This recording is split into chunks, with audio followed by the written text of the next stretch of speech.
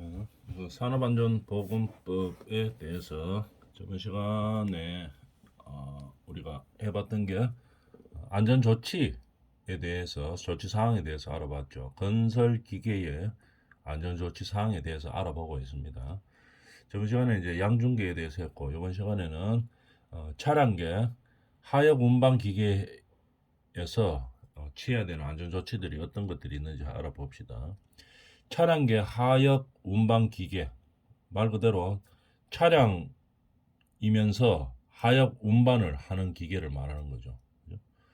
뭐 어떤 것들이 있습니까? 지게차 뭐 이런 것도 있을 수 있을 것이고, 그 다음에 뭐 지게차도 있으면 하역 운반할 때 보통 지게차가 많이 하죠. 그 다음에 뭐 필요에 따라서는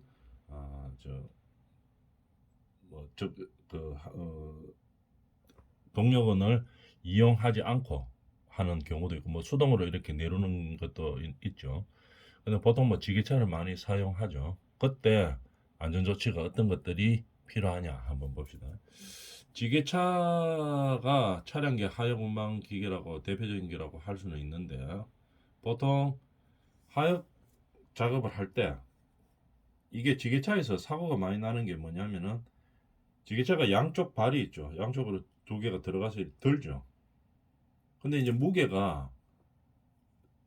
드는 무게가 뭐 똑같이 뭐 철골 이런 것처럼 좌우가 똑같다 이래 되면 무게가, 그러면은 어떻게 됩니까? 중간에 지게차가 발을 딱 넣어가지고 중간에서 딱 정중앙에서 들면은 한쪽으로 치우치지 않겠죠. 그런데 이 뭐 하얀 물품을 들다 보면은 한쪽이 더 무거운 것도 많이 있습니다. 근데 이 지게차 운전사들은 잘 모르죠. 어느 쪽이 무거운지. 그렇기 때문에 이게 들다가 한쪽으로 치우치면 이게 넘어가 버리죠. 넘어가면서 잘못가 지게차까지 넘어갈 수 있는 그런 문제가 발생할 수 있습니다.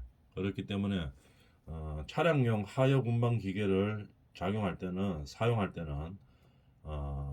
안전조치 중에서 가장 중요한 게 뭡니까? 이 물체를 한쪽으로 치우치지 않도록 적재를 하는 게 중요한 겁니다. 보통 이 지게차 운전 기사들이 경험이 많은 사람들은 물건을 보면 살짝 딱 들어보면 알죠. 어느 쪽으로 치겠다 하는 걸 요거를 감으로 하는데, 이게 감으로 다 믿을 수는 없죠. 그렇기 때문에 이 물건을 예를 들어 한쪽에 무게가 너무 치우쳐가 있는 그런 상황이다 이러면은 반드시 이야기를 해줘야 되겠죠. 이 하역 물품은 왼쪽의 무게가 오른쪽 무게보다 몇 킬로그램 더 나간다, 이런 것들을 반드시 이야기해 줘야 됩니다. 그래서 지게차 운전자들이 딱 들 때 들어보면은 대충은 알지만도 그래도 정확한 데이터에 의해서 그 감을 잡고 한쪽으로 치우치지 않도록 적재해야 되겠죠. 그 다음에 이 하역 해가지고 운반시키는 경우가 있죠. 근데 이 지게차를 가지고 돌려서 뭐 간다 이렇게 될 때, 운반을 시킬 때 이 운전자가 시야가 확보가 안 돼가지고 사고가 나는 경우가 많이 있습니다. 그러면 어떤 식으로 되는가 하면, 들어서 이제 옮기려고 하는데 예를 들어서 자재들이 많이 있어요. 그러면 안 보이죠, 이 지게차 운전자가. 그래서 자재 적재 이런 것들을 이 운반하는 이 장소 근처에서는 많이 있으면 안 됩니다. 그래서 이렇게 움직이다 보면 시야가 확보가 잘 되어 있어야지 안전사고를 막을 수가 있는데, 이 시야 확보가 안 되다 보면은 이 옮기다가 보면은 어떻게 됩니까? 갑자기 근로자가 나와가지고 부딪히는 사고도 발생할 수 있고, 이런 사고들이 많이 텔레비전상에서도 많이 나오죠, 뉴스 같은데. 그래서 운전자의 시야를 확보하는 것이 아주 중요한 문제가 되겠죠. 한쪽으로 치우치지 않도록 적재하고 운전자의 시야를 확보하는 것이 중요하고 이렇게 되겠죠. 예전에 우리 한국 같은 데서 보면은 우리 뉴스에서도 봤죠. 그때 지게차가 가다가 이거를 이 중량물을 툭 치게 되겠죠. 툭 쳐가지고 넘어져가지고 그 밑에 사람이 깔려서 사망하는 사고, 이런 것들은 보면 어떻게 됩니까? 이 지게차가 운전자가 시야가 확보가 안 되기 때문에 발생하는 겁니다. 그래서 지게차가 하역 작업을 하는 그 동선 안에서는 이 적재물이 있으면 안 됩니다. 안 보이면 사고 나는 거죠.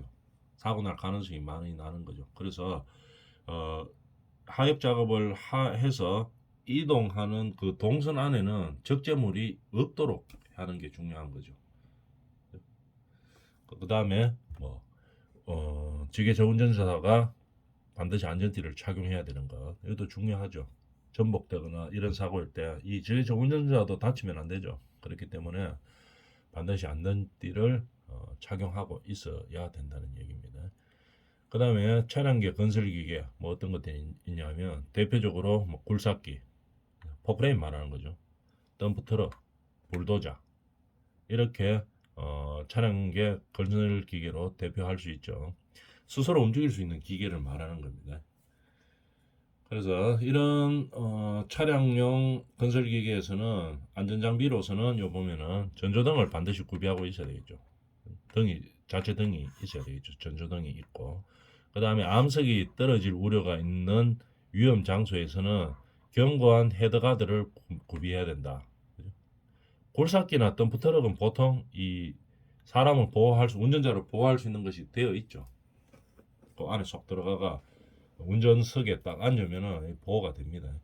근데 이 불도저는 없는 경우들이 또 많이 있어요. 위에 그냥 햇빛만 가리고 천막만 쳐놓는다든지 이런 경우들도 많이 있죠. 불도저도 반드시 뭐 암석이 떨어진다든지 다른 위험한 물체들이 날아와서 운전자를 타격하는 것을 방지하기 위한 장치가 반드시 되어 있어야 된다는 얘기죠. 안전장비.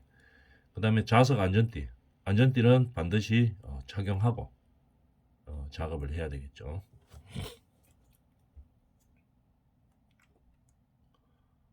안전조치 하는 거에 대해서 알아보고 있는 겁니다.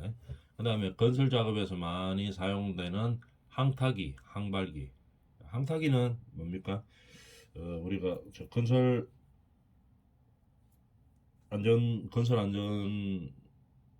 시간이나 아니면은 안전공학 개로나 이런 데서 많이 봤죠.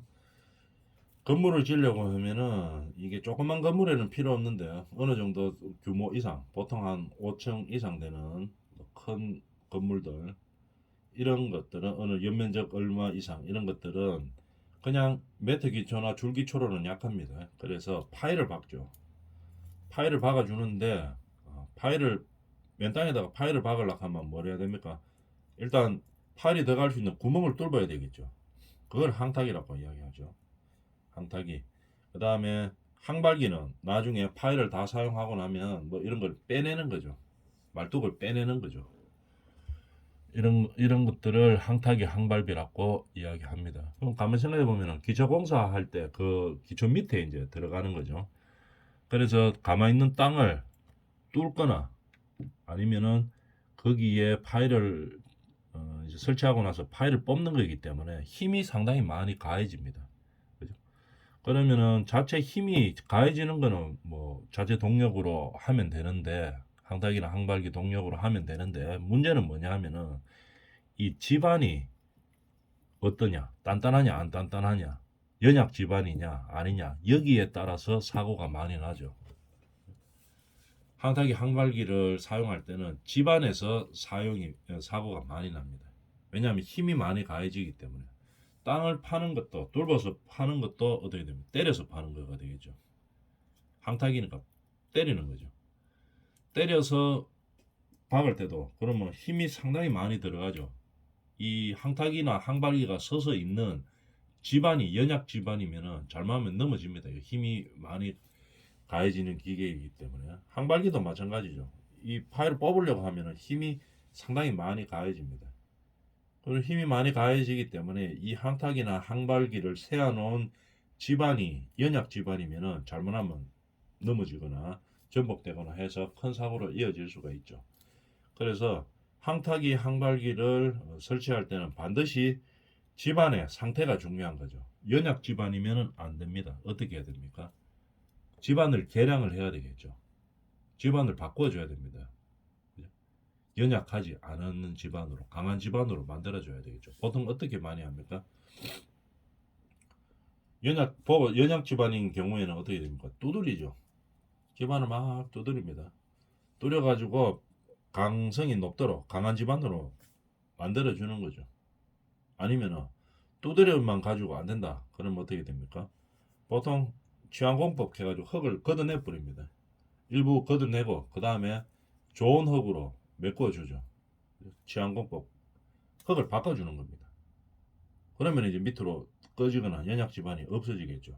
일정 부분을 파내고 다른 흙으로 메었기 때문에 좋은 흙으로 그렇게 한다든지 아니면 두드린다든지 아니면은 어떻게 됩니까? 파일을 조금만 파일을 계속 박아줍니다. 그러면 연약 지반이 어떻게 될까요? 연약 지반에다가 조금만 파일을 때려가지고 막 박아 넣는 거죠. 진짜 본 파일을 박는 게 아니고 말뚝 같은 거 조그만 걸 박는다는 얘기죠. 쉐기, 말뚝 이런 것들을 쳐가지고 박아주면은 이 연약 지반이 이제 연약하지 않은 지반으로 바뀌겠죠. 이렇게 보강을 반드시 해주고 해야 되는 겁니다. 지반 보강을 반드시 해주고 그 다음에 항타 작업이나 항발 작업을 해줘야 된다는 얘기겠죠. 그래서 힘이 많이 가는 작업이기 때문에 무너짐을 방지하기 위해서 그래 하는 거죠. 읽어볼까요? 무너짐 방지. 연약 지반을 보강하는 거죠. 그 다음에 어떻게 깔판, 깔목 등을 사용해서 뭘 깔고 하는 경우도 있고 판때기 깔아놔도 이 연약 지반이 좀 조금 일정 부분 해소되겠죠. 근데 그거가 안 되면은 아까 금방 이야기했던 뭐 다짐 공법 두드리는 거죠. 다짐을 한다든지 아니면 흙 자체를 바꾸든지 취향 공법 아니면 말뚝을 박든지 이렇게 해서 보강을 해서 연약한 집안을 연약하지 않게 만들어 주고 하는 거죠. 그 다음에 시설 또는 가설물 등을 설치하여 내력을 확인하고 필요시 보강한다. 지금 이게 그 얘기겠죠.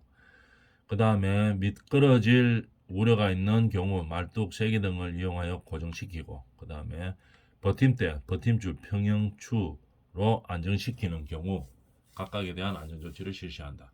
이게 금방 이야기했던 것들을 설명하고 있는 거죠.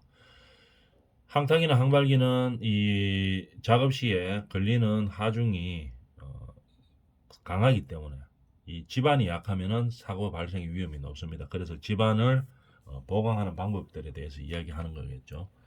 그 다음에 사용시 조치, 항탁이나 항발기를 사용하기 때문에 로프가 많이 사용되겠죠. 뽑을 때, 뭐 이럴 때 로프가 많이 사용되는데 로프가 꼬인 상태에서는 하면 안 되겠죠. 당연한 얘기입니다. 반드시 편편하게 딱 펴서 꼬이지 않게 한 다음에 로프를 사용해 줘야 된다는 얘기입니다.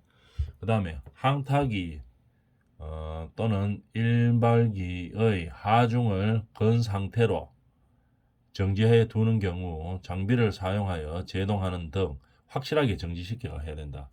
그 다음에 이 항타기나 항발기에서 정지시킬 때는 그러니까 확실하게 제동을 해야 되겠죠. 하중을 건 상태로 정지시켜야 되는 경우가 있습니다. 왜냐면 이 작업을 하다가 보면 이거를 하중을 제거시키면은 그 다음에 작업하기가 상당히 어려운 경우가 있을 수가 있죠. 하중을 건 상태에서 정지시킨다. 오늘 뭐 일 끝낸다. 아니면 비가 와서 더 이상 작업 못하겠다. 이럴 때는 제동을 확실하게 해야 된다 이 말입니다. 가급적이면 하중을 건 상태대로 정지를 시키지 않으면 제일 좋죠. 근데 불가피하게 정지해야 되는 경우에는 확실하게 제동을 걸어서 정지를 해야 된다 이 말입니다. 항타기 및 항발기의 주의사항에 대해서 알아봤죠. 안전조치를 해야 되는 상황. 지금 몇 가지 실례를 들어서 하는 건설기계의 안전조치 사항은 지금 소개해드린 이 안전기계에서 사고가 많이 나기 때문에 그렇게 하는 거죠. 다른 기계들보다 훨씬 더 많이 안전사고가 많이 나기 때문에 이렇게 법으로 규정하고 우리가 공부하고 있는 겁니다. 그 다음에 특수 형태 근로자 안전보건 교육 교육을 해야 되는 건데 누가 교육을 시켜야 되는가 한번 봅시다. 이 내용이 뭐냐면은 금방 봤던 특수 형태의 근로자들 있죠. 다시 한번 볼까요? 저번 시간하고 봤던 것들. 요 특수 형태 근로 종사자 요 아홉 개 직종 중에서 제일 범위가 넓은 게 이거 건설기계 직접 운전자 27종으로 또 세부적으로 나눌 수 있죠. 이 사람들을 말하는 겁니다. 특수 형태 근로 종사자라고 이야기하죠. 그 중에서 가장 세분화되어 있는 게 건설기계 분야이고, 이런 특수 형태 근로자들을 근로시킬 때에는 뭘 해야 됩니까? 교육을 시켜야 됩니다. 이 사람들을, 특수 형태 근로자를 교육을 시켜야 되겠죠. 누가 시켜야 되는가 하면은 사업주가 당연히 시켜야 되겠죠. 얼만큼 시켜야 되는지 한번 봅시다. 언제 얼만큼 시켜야 되는지. 자, 내용을 읽어보면은 건설기계 운전자 등 특수형태 근로자로부터 아까 9종을 말하는 거죠. 특수형태 근로자. 그 중에서 건설기계 운전자를 세분화시키면 27종으로 나누죠. 이런 사람들에게 노무를 제공받는 자는, 그죠? 이런 사람들한테 노무를 제공받는 사람은 교육을 시켜야 됩니다. 누구를? 특수형태 근로자를. 최초 노동 제공 계약 시 교육을 해야 되고, 처음에 계약할 때 교육을 해야 되는 겁니다. 일 시킬 때, 처음으로 일 시킬 때 교육을 시켜야 되고, 또는 특별 교육을 실시해야 되는 거죠. 특별 교육 요건에 해당될 때 특별 교육을 실시를 해야 되는 겁니다. 자, 얼만큼 해야 되는가 한번 볼까요? 교육 과정은 최초 노무 제공 시 교육은 몇 시간 하느냐. 처음에 계약했을 때 얼만큼 시켜야 되냐 교육을, 이 얘기입니다. 교육 시간은 2시간 이상 시켜야 되는 겁니다. 2시간 이상. 처음에 실시할 때, 처음에 계약할 때 2시간 이상. 근데 단기간 작업을 한다든지 조금 한다든지 뭐 한 며칠 하고 만다든지 몇 시간 하고 만다든지, 단기간 작업 또는 간헐적 작업에 노무를 제공하는 경우에는 1시간 이상 실시하면 된다 이 말이죠. 1시간 이상 실시하고, 특별 교육을 실시한 경우에는 면제시킨다. 최초 교육을 면제시킨다는 얘기입니다. 자, 그럼 특별 교육은 얼마나 받아야 되느냐? 시간을 알아봅시다. 특별 교육은 16시간 이상을 받아야 되는 겁니다. 최초 작업에 종사하기 전에 4시간 이상.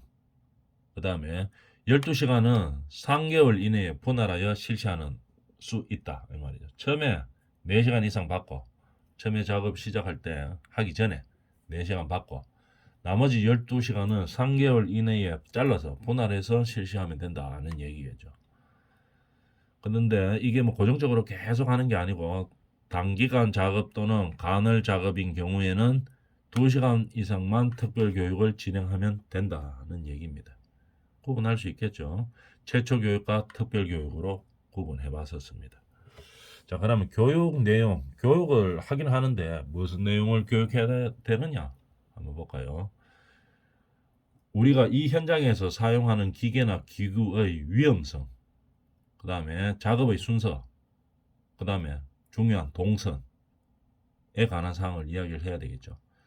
기계 기구의 위험성은 이 노무 제공받는 사람보다 노무를 제공하는 사람이 더 잘 알고 있습니다. 이 기계에 대한 위험성은. 그 다음에 작업의 순서도 이 사람들이 더 잘 알고 있죠. 뭐를 하고 뭐를 하면 된다 하는 거. 근데 이 동선은 잘 모릅니다. 이 특수형태 근로자들이. 그죠? 작업의 순서도 어떠면은 이 특수형태 근로자들이 일 순서는 알지만 이 작업의 순서에 대해서는 잘 모르겠네요.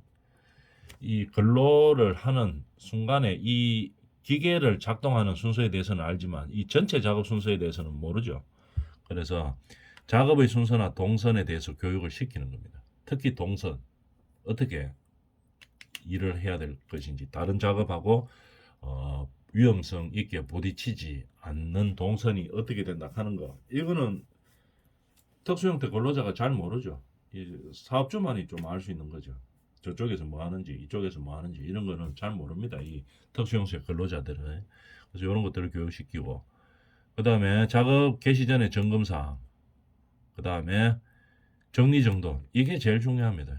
정리정돈 청소가 잘 되어 있으면 현장에서 웬만한 안전사고는 거의 다 막을 수가 있어요. 정리정돈이 안 돼가 있기 때문에 이 사고가 많이 발생하는 겁니다.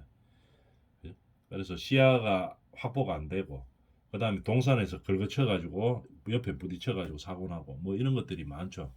그 다음에 뭐 걸어가다가 청소가 안 돼가지고 뭐 이 막 쓰레기들이 막 있어요. 그러면은 이 진행하는데 이게 그거 피해 가려고 하다가 사고 나고 이런 경우들이 많이 있습니다. 그래서 안전사고에서 정리전돈 청소는 안전사고를 방지하기 위한 아주 중요한 요소들이죠.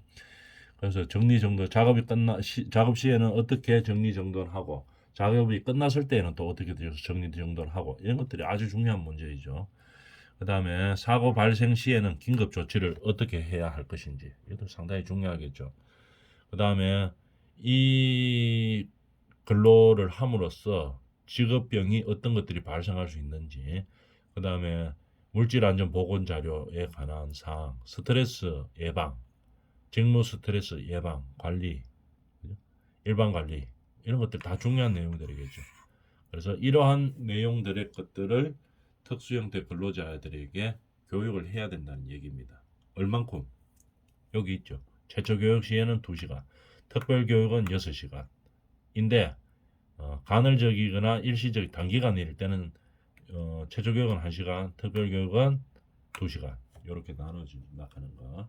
이런 식으로 특수 형태 근로자를 내가 근로시킬 때는 반드시 교육을 시켜야 된다는 얘기입니다. 그런데 이 교육을 시키는 사람의 자격이 있겠죠. 이 근로를 제공받는 사람이 어떤 강사를 두어야 되느냐 한번 봅시다. 자체 교육시에는 안전보건관리 책임자, 관리감독자, 안전관리자, 보건관리자, 우리들이 나중에 하게 될 안전관리자, 보건관리자들도 이 강사가 될 수 있는 거죠. 그래서 교육을 시킬 수 있는 겁니다. 그 다음에 안전보건관리 담당자, 기타 등등등 쭉 이런 작용 요건들이 있죠. 이런 강사들로 하여금 교육을 시키든지 아니면은 이도저도 여건이 안 된다 이러면은 안전보건 교육 기관에 위탁시켜서 교육시키면 되는 겁니다. 근데 아까 이야기했는 안전보건 교육 시간이 면제되는 경우가 있죠. 일부 면제되는, 완전히 다 면제는 아니고 일부 면제되는 경우가 있습니다. 법에 의해서 일부 면제되는데 어떻게 일부 면제되는지 한번 볼까요?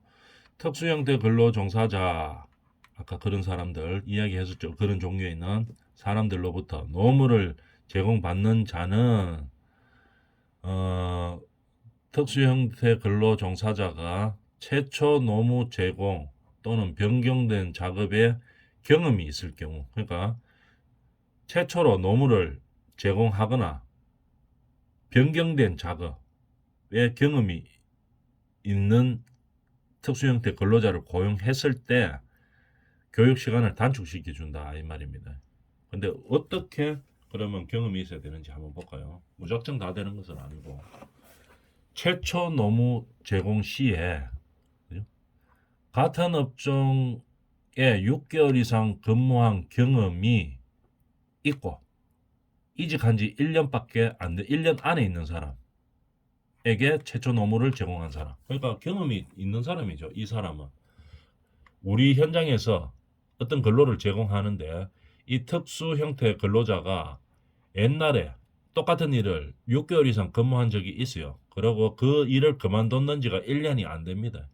그러면은 잘 알고 있다는 얘기겠죠. 그래서 교육 시간도 50% 이상만 받을 수 있도록 되어 있습니다. 50% 절감해도 된다는 얘기겠죠. 100분의 50이니까 교육 시간에 100분의 50만 받으면 된다는 얘기입니다. 특별 교육도 마찬가지겠죠. 이 일에 우리 근로를 제공하는 사람 근로자가 이 일에 6개월 이상 근무하고 퇴직한 지 1년 안에 있든지 아니면 우리 사업장 같은 사업장 내 다른 작업에 배치된 지 우리 사업장에서 다른 현장이 있죠. 그 배치된 지 1년 이내에 있다든지 이러면 똑같은 상황이 되겠죠. 이직했는지 1년 안에 있든지 아니면 우리 같은 사업장에서 일하긴 했는데 다른 일 했는지 1년 안 되는 경우 이런 경우도 50% 절감해 준다는 얘기입니다. 그 다음에 도급인 사업장에서 한번 봅시다. 최초 노무 제공 시 교육 또는 특별 교육을 이수한 특수 형태 근로 종사자가 같은 도급인의 사업장 내에서 이전에 하던 업무와 동일한 업무에 종사하는 경우. 그죠? 그러니까 같은 사업장에서 옛날에는 뭐 이 A라는 일을 했고 지금은 B라는 일을 했어요. 옛날에 했던 일이죠. 같은 사업장에서. 그러면은 교육 시간이 어떻게 되는가 한번 봅시다. 소속 사업장의 변경에도 불구하고 해당 특수 형태 근로 종사자에 대한 최초 노무 제공 시 교육 또는 특별 교육을 면제받을 수 있다는 얘기입니다. 최초 노무 제공 시에는 교육을 또는 특별 교육을 면제받을 수 있다는 얘기죠. 그다음에 그럼 이거 안 하면 어떻게 되냐 한번 봅시다. 안전보건 조치 의무 위반 시에는 과태료입니다. 1,000만 원 이하. 이런 교육을 안 했을 때는 그냥 똑같이 벌금은 아니고 과태료죠. 교육 의무 위반 시에는 500만 원 이하. 이렇게 벌칙 조항을 두고 모든 사업장에서 따를 수 있도록 법으로 강제하고 있는 내용을 알아봤습니다. 자, 이번 시간은 여기까지 합니다.